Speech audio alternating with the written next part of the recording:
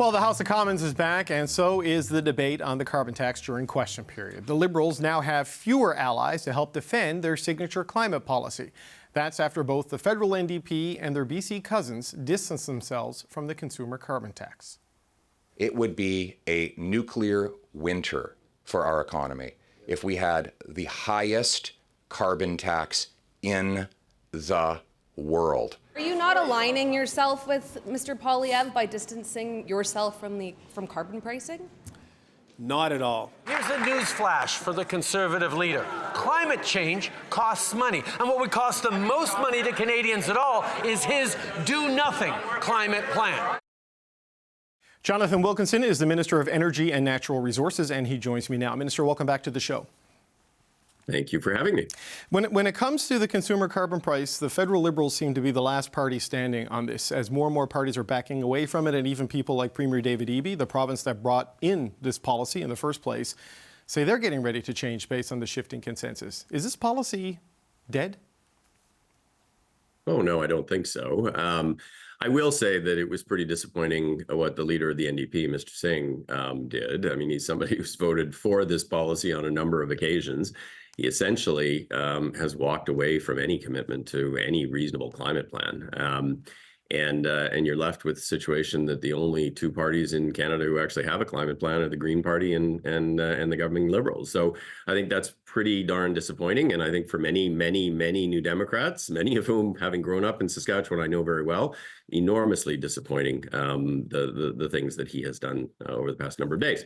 David Eby, I mean, look, BC is very different. BC has a climate plan. It is a credible climate plan. Mm-hmm. And it is a plan that is focused on achieving net zero emissions by 2050. What I have said to Premier Eby and in response to some of the comments that he made a few days ago is the challenge. I agree with David Eby that affordability is a critical issue. You actually have to ensure that if you're going to put a price on pollution, and it is a price on pollution, that it's done in a manner that's affordable for Canadians. Part of the challenge with the BC system is they didn't give all the money back. Right. You know, under the federal system, 8 out of 10 Canadians get more money back. That is something validated by 300 economists. If you're going to take it away, you're going to actually make people who live on modest incomes poorer. And I'm not sure that that's something you want to do in the midst of an affordability challenge. But on that, and I appreciate the progressive nature of the rebate as it is designed to give money back to lower income Canadians. And I understand completely the consensus amongst these economists on the way it functions. But there is a doubt and a lack of support for it out there now. So how do you save it? If Jagmeet Singh is going against it, David Eby is reconsidering it because of the affordability challenges he's running up against. I mean, how do you save it when clearly the country is moving in a direction that opposes this policy? Well, I think for David Eby, the way he saves it is he actually allows the federal government to put in place the federal system, which actually does provide the kinds of rebates that you've talked about. I also think that it's being better at communicating the Canada Carbon Rebate. You saw the rebranding that we did to try to ensure that Canadians are actually understanding the money that's coming back to them, which is enormously significant. I mean, in Ontario, it's like $1,200 every quarter for a family of 4. So it's a lot of money, and it's actually more than most people pay in the price. We obviously are on the hook to do more things to ensure that we are communicating effectively. But I would also say, you know, responsible leadership doesn't lie. And Mr. Poilievre just makes up facts. At the end of the day, the facts are all on the side of the price. It's an affordability mechanism. It is actually the most efficient way to reduce carbon emissions.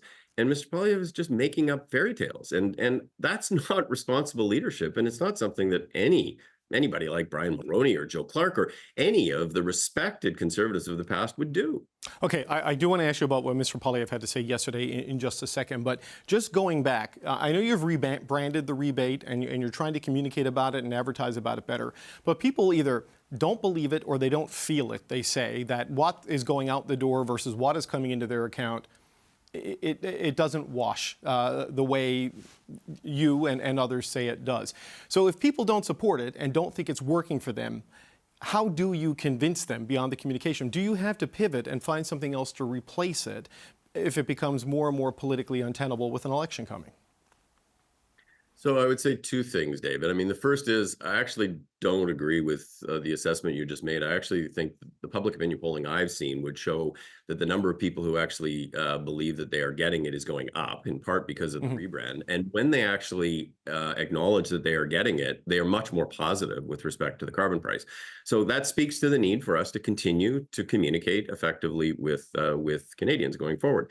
In terms of just replacing it, I mean, somebody like Mr. Singh is going to have to tell you how he's going to do that, because the carbon price is only one tool in a much broader climate plan. I was the Minister of the Environment that actually put together the first climate plan we've ever had that showed how you would actually meet and exceed a target. Right. And that includes a whole range of regulations. It includes hundreds of billions of dollars in investment, and it includes a price on pollution. And anybody says that they can magic up a way to actually cut carbon emissions that doesn't involve a price on pollution, I will just tell you it's going to be either A, more expensive, or B, it is going to be impossible to meet in terms of regulations, or it's not going to achieve the outcome that we all want, which is just to ensure a sustainable planet for our kids. You did that as a government, though, the carve-out for the home heating oil. And I know that's a national carve-out, though it was a response largely to the specific concerns and the politics of Atlantic Canada, and you're in Nova Scotia right now.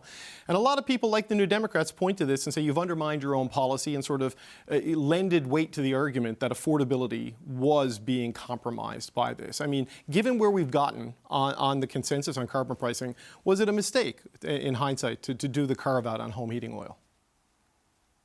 Well, the carve-out is not actually a carve-out, it's a pause for a finite period of time. And the reason was absolutely affordability, because what we said was people who actually live on heating oil, and many of those folks live in energy poverty, actually are paying significantly more because of the cost of heating oil than they are getting back in the rebate. They're pretty much the only group that is true of. And so what we said is we need to solve that problem. And we put the pause in place, and we're paying to put heat pumps in so that people actually are able to get away from that. But that's not true for people who use natural gas. That's not true with respect to people who use gasoline. Those folks actually get more money back than they actually pay by and large. And so the Atlantic issue, or it wasn't an Atlantic issue, it was a national issue. I mean, there are more heat pumps in Quebec and Ontario than there are in Atlantic Canada. It was about trying to address a very specific issue and doing so in a thoughtful way.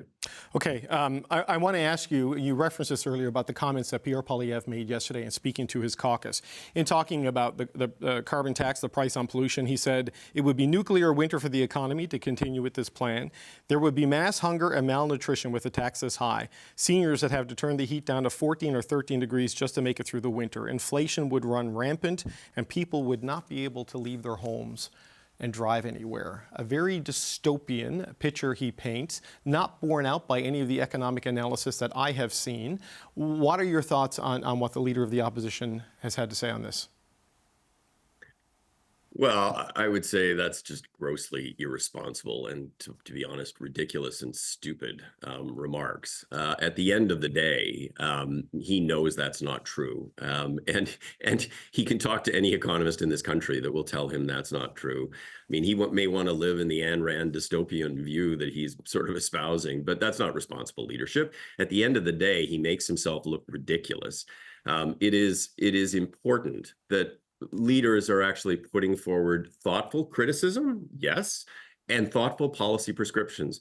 Mr. Poilievre just goes to town on things that are just crazy town and puts forward no solutions, like none. Like if you ask, what's he going to do about climate change? Nobody has any idea. What's he going to do about housing? Nobody has any idea.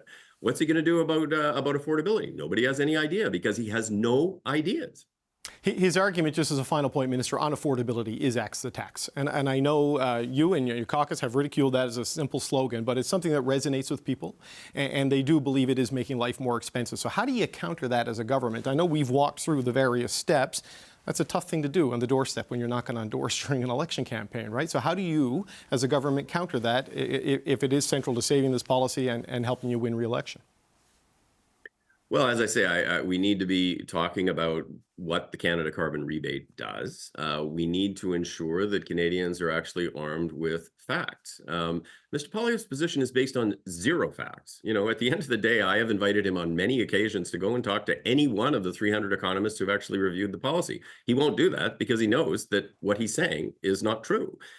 So we need to actually counter that. We need to be upfront with Canadians that they should demand of their politicians that they're actually telling people the truth.